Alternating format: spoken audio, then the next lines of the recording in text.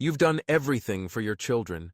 You worked hard, sacrificed sleep, carried every burden so they could have a better life. Once, they looked up to you, hanging on your every word. But now, something has changed. Your voice doesn't carry the same weight. Your presence feels unnoticed. The love is still there, but the respect, the attention, it's fading. And maybe, in your quiet moments, you feel the sting of loneliness. Not because you've lost value, but because the world, and even your own children, seem to have forgotten just how much you still matter. But here's the beautiful truth. Respect isn't gone forever. It can be rebuilt. And you don't need to shout, demand, or beg. You only need to rediscover your quiet strength, the kind of presence that naturally commands love and respect. Now, together we'll explore 5 powerful ways to guide your children back to respect, gently, wisely, and with lasting impact. Number 1. Reclaim your narrative. On a quiet Sunday afternoon, Charles, a 72-year-old retired engineer from Ohio, sat in his daughter's living room, surrounded by the noise of conversation, laughter, and digital devices. As he began to share a memory about how he once saved an entire construction project during a winter storm in the 1980s, his story was cut short by a casual comment. "Dad, can you turn down the TV a little?" Bomb. No one meant to be unkind. But in that moment, Charles felt something more profound than disappointment. He felt erased. This quiet erosion of voice happens to countless older adults, not through arguments or disrespectful words, but through silence, indifference, or simply being overlooked. The signs are often subtle. Your opinion is politely ignored. Your life experiences dismissed as old-fashioned, or your presence treated as background to your children's busy lives. The good news is, there is a powerful way to change this dynamic, without conflict, without complaint. It begins with a simple yet transformative act: reclaiming your narrative.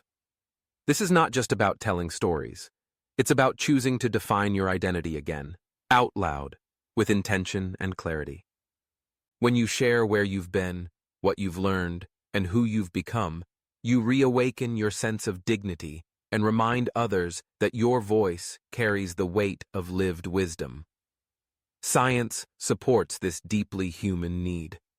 Research on lifespan psychology and gerontology shows that older adults who engage in reflective storytelling experience enhanced mental health, stronger memory, and deeper life satisfaction. Moreover, families who listen to these stories develop greater empathy and cohesion across generations. At Emory University, researchers found that children who knew more about their elders' lives showed higher levels of self-esteem and resilience. Charles took a step most wouldn't think to take. He started a personal blog. Once a week, he shared reflections from his first job on a bridge project, as well as lessons he learned during his wife's illness. At first, only a few read it, but soon, his grandson began quoting his words in school essays. His daughter forwarded a post to her friends. What started as a quiet effort evolved into a meaningful bridge between generations. Reclaiming your narrative isn't about nostalgia or ego. It's about the truth. It's about saying, "This is who I am, this is what I know, and it still matters." When you speak from that place, not with loudness but with steady self-respect, you invite others to see you not as someone from the past, but as someone still shaping the present. And in that quiet strength, respect doesn't just return, it deepens. Number 2. Strengthen your physical presence. Some forms of respect arrive without words. They enter a room ahead of any introduction, in the steady rhythm of footsteps, the quiet confidence in a lifted chin, the calm strength behind a straight spine. In a culture where aging is often misread as fading, the body tells a different story. Through movement, posture, and presence, strength remains visible and impossible to ignore. There is dignity in the way a person carries, the shoulders pulled back, the breath held deep, the eyes lifted with steady clarity. All of it signals something powerful. Not arrogance, not demand, but self-respect. And when that kind of energy walks into a room, it leaves a quiet echo. Others take note, especially those closest, who may have begun to forget how much strength still resides beneath the surface. Scientific evidence supports what intuition already knows. Studies from institutions such as Johns Hopkins and the National Institute on Aging demonstrate that regular physical activity, whether walking, light resistance training, yoga, or Tai Chi, improves not only cardiovascular and muscular health, but also directly supports mental sharpness, mood stability, and emotional resilience in older adults. Movement doesn't just preserve life, it uplifts it. Yet beyond data and health outcomes lies something even more compelling. Physical presence is how identity reclaims its space. In a world that tells older adults to step aside, even small intentional acts of motion say, "I am still here, still capable, still leading." The message is not delivered with volume, but with grace, not through force, but through discipline. A retired principal from Texas offers a striking example. Each morning at dawn, she walks 1.5 miles through her neighborhood. No phone, no music, just the sound of her breath and her steady footsteps on the pavement. She began the habit after retirement, when she noticed her children started making assumptions about what she could do, what she should avoid, and how delicate she had become. At first, the walks were just for herself. But over time, something shifted. Her daughter began joining her. Her grandson asked for advice on building better habits. The family no longer spoke to her as if offering protection. They listened as though seeking guidance. Her body had become her message. To strengthen physical presence doesn't require perfection. It doesn't need speed, distance, or competition. It requires consistency. A short walk in the afternoon, a series of deep stretches each morning, breathing with purpose and moving with awareness. Each step, each stretch, each breath builds a kind of inner scaffolding, a frame for the mind, a fortress for the spirit. And in the presence of that kind of discipline, others remember. They remember who helped raise them, who once stood tall in the face of hardship, who continues to carry quiet authority in every gesture. The body, cared for and respected, becomes a mirror reflecting the decades of resilience it has endured. Let the movement become the message. Let presence speak what words no longer need to. In the soft lift of posture, in the rhythm of daily walks, in the deliberate care given to each motion, a life still in motion proclaims its truth. Strength still lives here, and respect, true, lasting, earned, will always know how to follow. Number 3. Rediscover your role through contribution. A longitudinal study by the Stanford Center on Longevity found that adults over the age of 60 who engaged in regular acts of contribution, such as volunteering, mentoring, or artistic creation, reported not only higher levels of life satisfaction, but also stronger relationships with family members and increased cognitive vitality. Another report published by AARP revealed that older adults who viewed themselves as contributors rather than dependents experienced a 42% higher sense of personal agency and purpose in daily life. These aren't just statistics, they are proof that purpose fuels longevity and contribution reignites identity. In the later chapters of life, society often sends an unspoken message. Your role is over. Your time has passed. That message is not only inaccurate, it is harmful. Contribution is not a privilege of youth. It is the soul of healthy aging. The need to give, wisdom, experience, time, presence, is a fundamental part of being human. When older adults rediscover ways to offer their unique gifts to the world, a profound shift happens, not only within, but around them. Purpose doesn't have to take the form of full-time commitments or public recognition. It often begins in the quiet corners of everyday life. A former teacher is tutoring children in reading once a week. A retired nurse volunteering at a vaccination clinic. a grandfather sharing woodworking skills with neighborhood teens. These simple acts breathe life into the giver and reestablish a vital truth. Usefulness does not age. Families are deeply influenced by how their elders show up in the world. When a parent or grandparent is engaged in something meaningful, children no longer see them as someone waiting on the sidelines. They begin to look up again, not out of obligation, but from a place of genuine admiration. Respect grows in the presence of relevance. One example comes from a retired judge in Illinois who began teaching fundamental legal rights at a local community center. He didn't announce it to his family, but his granddaughter learned about it from a neighbor and began asking him questions about justice and civic responsibility.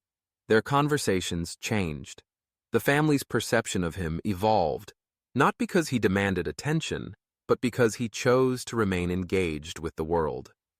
Contribution also restores rhythm to daily life. It replaces passive hours with intention. Whether it's writing articles, planting vegetables for a local food pantry, or organizing books at a school library, these roles nourish more than just the community, they nourish the soul.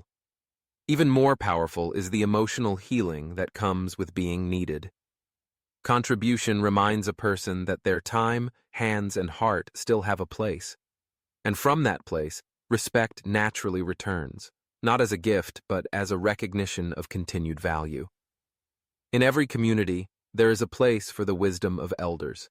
And when that wisdom is offered freely, humbly, and consistently, it transforms how others listen. When contribution becomes a habit, presence becomes purpose.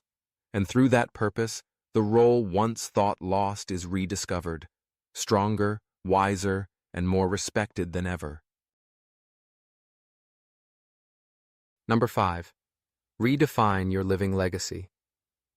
Legacy is a word often reserved for the end of life, a term linked to what is left behind. Wills, heirlooms, family stories frozen in time. But that view is far too limited. True legacy is not about what happens after departure. It's about how life is lived in the present, in the presence of others, through everyday choices that reveal character, values, and spirit.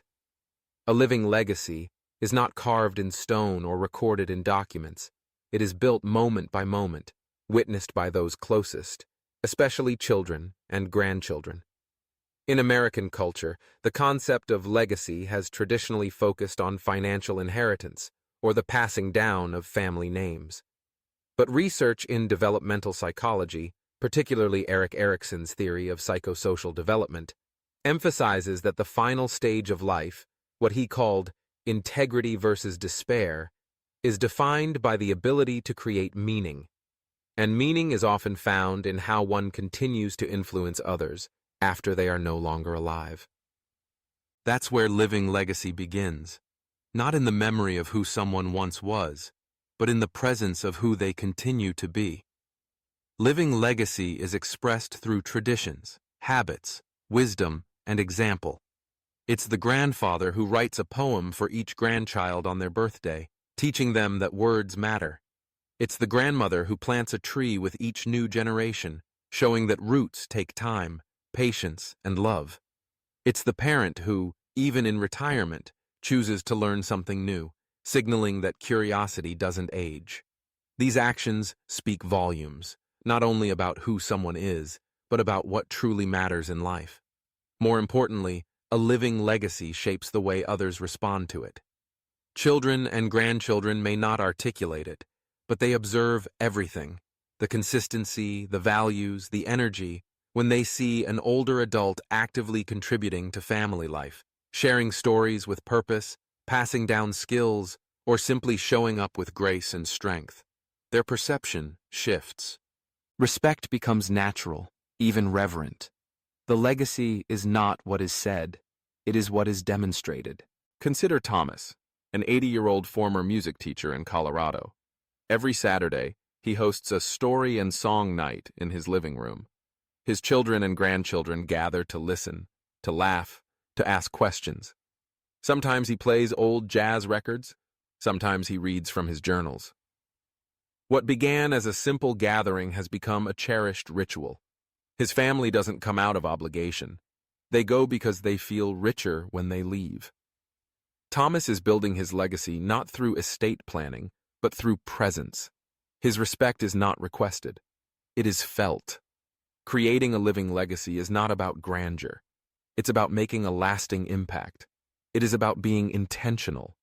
It's found in how birthdays are celebrated, how family history is preserved, how apologies are made, and how joy is shared. It's in letters written by hand, recipes passed down, bedtime stories told with warmth. These are not tasks, they are gifts. And over time, they shape the emotional foundation of a family. Too often, older adults underestimate their influence. They forget that the way they live now still teaches, perhaps more powerfully than ever. Legacy is not something waiting on the horizon. It is alive today, breathing through habits, stories, rituals, and love. So take the time to define that legacy with purpose. Choose what values are most sacred and express them in action. Share wisdom, not through lecture, but through example. Let those around you witness a life that is still in motion, still meaningful, and still deeply rooted in what matters.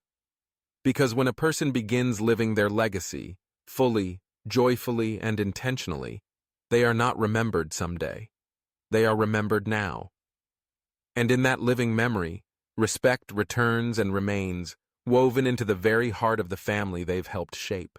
As parents, many of us know the quiet ache of realizing our children no longer look at us the way they once did. There was a time when every word we spoke carried weight, when they sought our guidance for even the smallest decisions. But now, they are busy, distracted, or sometimes indifferent. It can feel like our presence has faded into the background. And yet, this season of life brings with it a new opportunity, the opportunity to teach, not by demanding respect, but by living in a way that earns it back. The first lesson is this: respect isn't something you can force, it's something you build. Raising your voice, clinging to authority, or reminding children of past sacrifices rarely works. What does work is showing, through calm strength and consistency, that your wisdom still matters. When you carry yourself with dignity, when you live your values out loud, your children are reminded that your voice deserves to be heard. The second lesson is about accepting differences. Our children grew up in a world that looks very different from the one we knew. Their pace, their struggles, and their language may not always match ours, but that doesn't mean they don't care. It simply means they are carving their own path. When we choose to accept that difference instead of resisting it, we create space for dialogue and connection. Respect grows when children feel that their parents not only teach, but also listen. The third lesson is simple, but powerful. Respect is always a two-way street. If we want our children to listen, we must also listen.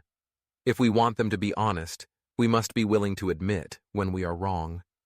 If we want their respect, we must respect the world they are building. When children see us living with humility, patience, and openness, they will naturally mirror it back. And perhaps the most important reminder, respect is not about control, it's about presence. It's not about children bowing to authority, but about them carrying a deep sense of gratitude and appreciation in their hearts. That kind of respect doesn't come from shouting. It comes from consistency, kindness, and the way we continue to show up for them every day. So if you've been feeling overlooked or dismissed, let this moment be a turning point. Don't see it as the end of your role, but as a new chapter. Share your stories, live your values, stay engaged, because your children will not remember every word you say, but they will remember how you lived and how your life continues to guide theirs. Thank you for watching. Share with us your experiences and opinions in the comments below, and subscribe to our channel so we can keep walking this journey together. And may you find, in every step forward, the strength to heal, to love, and to remind your children that your wisdom is still here, alive, valuable, and worthy of respect.